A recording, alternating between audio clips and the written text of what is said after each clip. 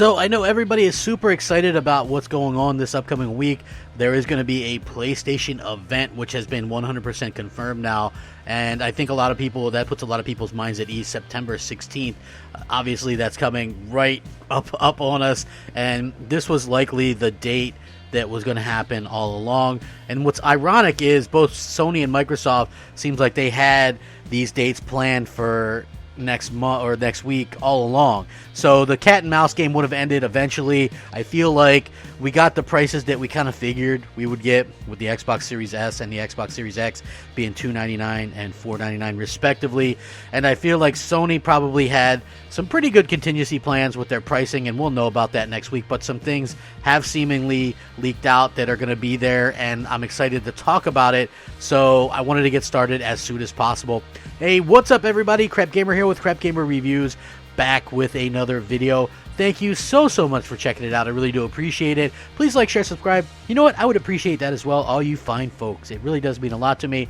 And if you really want to support the channel, my small channel, always could use some likes, or you could share it out, or take a minute to consider subscribing. Hit the bell so you're notified of everything as soon as it drops, because that's critically important these days. Trust me, it is. And with that being said, shout out to all the old subscribers, new subscribers, everybody in between. You are so amazing and fantastic. I really do appreciate you. Thank you so much for always rocking out with me all the time. I do daily content, unscripted. It's awesome. Or it sucks, depending on whose side you're on. But at the end of the day, you know, I just enjoy doing this. I love doing this for you guys. I love the interaction with you guys, and it's just super excited to kind of get ready and get down to business. So anyway, with that being said, the PlayStation 5 has been a little bit of an enigma. People kind of, and myself included, like Sony, when are you going to be, talking about the PlayStation 5? When are you going to give us a release date? When are you going to give us a price? When are you going to give us the launch lineup? When are you going to give us any kind of information?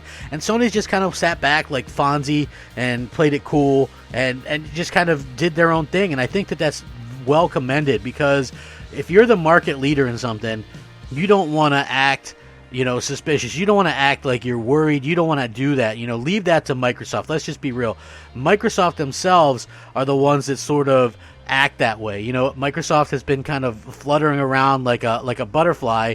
They're not really sure what they're doing. We're not really sure kind of what's going on at most times. But at the end of the day, we have been seeing some incredible stuff from Microsoft and from Sony, and I gotta say that has been pretty cool to see, because I love next generation. Now, when it comes to Sony, they've been really kind of doing things on their own level, and that takes a lot of, I guess, guts. I have to be real. It does take guts. Just being able to go out there and sit there and go, okay, well, so Microsoft showed their hands last year. They announced the Xbox Series X, which, cool. I actually give mad props to Microsoft for being able to go out there and do that. And the reason being is that surprised everybody. That's a very un-Microsoft move. That's what they needed to do. And I also feel like I must kind of comment on the fact that not only is that something that I felt like Microsoft needed to do, but I felt like they needed to also expand on that, because at the end of the day, Microsoft has done a really poor job of surprising their fans.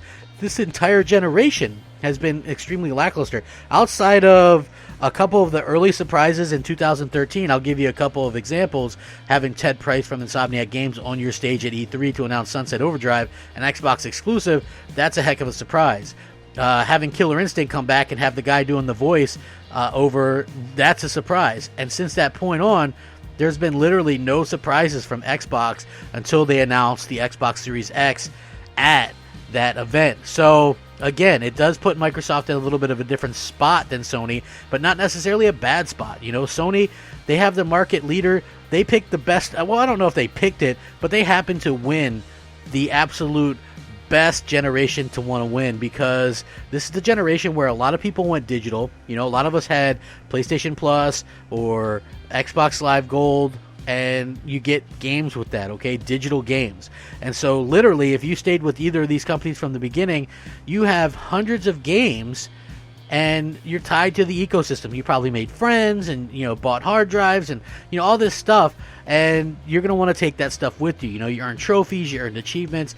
It just so happens that Sony sold 115 million or odd million PlayStation 4s, and Microsoft only sold around 42 million Xbox Ones. So people are going to pretty much stand pat with what they have. Now, you might have some that cross over, but I can imagine more people wanting to cross over and get PlayStation just by the fact of what they were able to sort of do in terms of their great exclusives. Like, I know long-term Xbox fans who swore they would never get PlayStations, and they got PlayStation. So, I mean, that just sort of kind of is in tune with just how great those games are, those exclusives have been. So, we know that the showcase is set for September 16th. That is in stone, 4 p.m. Eastern, and it's going to be broadcast live, and they're going to obviously give us a launch lineup, some pricing, when we're going to be able to pre-order and things like that. We got the Xbox announcements a little bit earlier before that. We do know that PlayStation and Microsoft have games lined up for the launch. On Microsoft's side, it's kind of sparse with Watch Dogs, Assassin's Creed, Yakuza, and Gears of War Tactics. On the PlayStation side, basically what we've heard so far in terms of launch titles, which is Call of Duty, Black Ops Cold War, Watch Dogs Legions, Planet Coaster, Spider-Man Miles Morales, Astro's Playroom, Jet the Far Shore, Bugsnax, NBA 2K21, Dirt 5, Assassin's Creed Valhalla, obviously Call of Duty Warzone is going to be on there as well, and I can link you to this to it as well. Godfall, there's also going to be Rainbow Six Siege, WRC 9, and also there's going to be other games like Outriders and things like that that are going to be available. Now, there's supposedly in this mix going to be something, and Imran Khan from Kinda Funny Games, who used to work at Game Informer, who has a lot of connections, tweeted out after the event came up, is, I wonder which big gun Sony's going to bring here. So again, there's lots of things that rumors we're going to start hearing about, including the old ones about a SOCOM game possibly being there. That could be something that we see. Also, it could very well be the Silent Hill game, or that Silent Hill reboot that we've been seeing. And Cory Barlog from God of War fame actually was tweeting and kind of making some hints there. Now, do I think we'll see the God of War sequel there? I highly doubt it. Would I love to see right at the end something like "Boy" or something like this, "Hear It," or something? I think that would get people absolutely hyped, because you know what? I have to applaud Sony. Within their thing, they're saying, hey, prepare to see games for the launch and beyond. Future games, right? On the Microsoft side, it's a stark contrast. It's like, old games play better over here. Okay, like, that's not a reason to really upgrade. I love Sony's approach to this, where they're like, hey, we've got these great games coming out. So there's all kinds of stuff, like we're going to see gameplay footage from Spider-Man Miles Morales for the first time. There's talk that we're going to see some Horizon Forbidden West footage as well, that they've got a really fantastic show for everybody to put on. We could even see something from Factions, which is the spin-off of The Last of Us 2, and the multiplayer stuff. Apparently that's its own game now. We could hear a little bit more about that as well, so I would definitely kind of keep my eye open for something along those lines. But yeah, I would definitely think that they're going to announce some things that they haven't seen before. Again, when you're Sony, you have the games advantage, all right? You've got the advantage of the games, so you've got to go ahead and push your advantage as much as you can.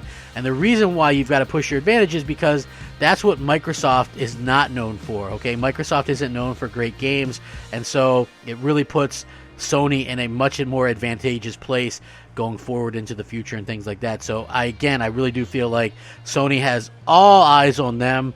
Microsoft's event kind of leaked out haphazardly. Sony's, so you get some rumblings about stuff, but again, take everything with a grain of salt, because we don't know for sure yet until they actually announce it, and things do change. Like, look, I was looking forward to playing Kenna, and that game got delayed into the first quarter of next year. So again, that's a bummer, but we could expect things like that to happen. Ratchet & Clank's probably not going to come out to the beginning of next year.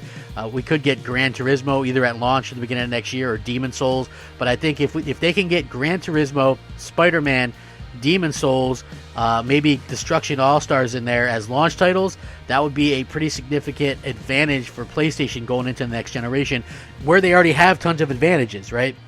Despite what Microsoft has done to sort of gain ground, quote-unquote, what a lot of Xbox fanboys say, they haven't done what it takes in the actual video games themselves. They have one of the weakest lineups I've ever seen for a launch of a console, and that's even saying something, because the Xbox One X launched with Forza Motorsport 7, and at least it had that. You know, we can at least say, hey, it had that. You know, when you look at the when you look at what Microsoft has now, it's like you're kind of left scratching your head, like, what's going on here? You know, I don't understand why exactly you know, that happened. But at the end of the day, it sort of is what it is, and I would love to hear you guys' thoughts and opinions on this. What do you want to see? We're supposed to be getting gameplay, some new announcements, some third-party stuff, some first-party stuff, some surprises. I've kind of let you in on what I've heard and what people are saying to expect.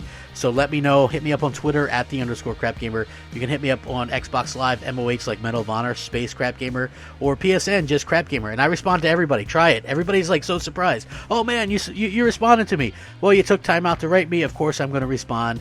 I want everybody to please stay safe, happy, healthy. I mean that 100%. You guys are awesome.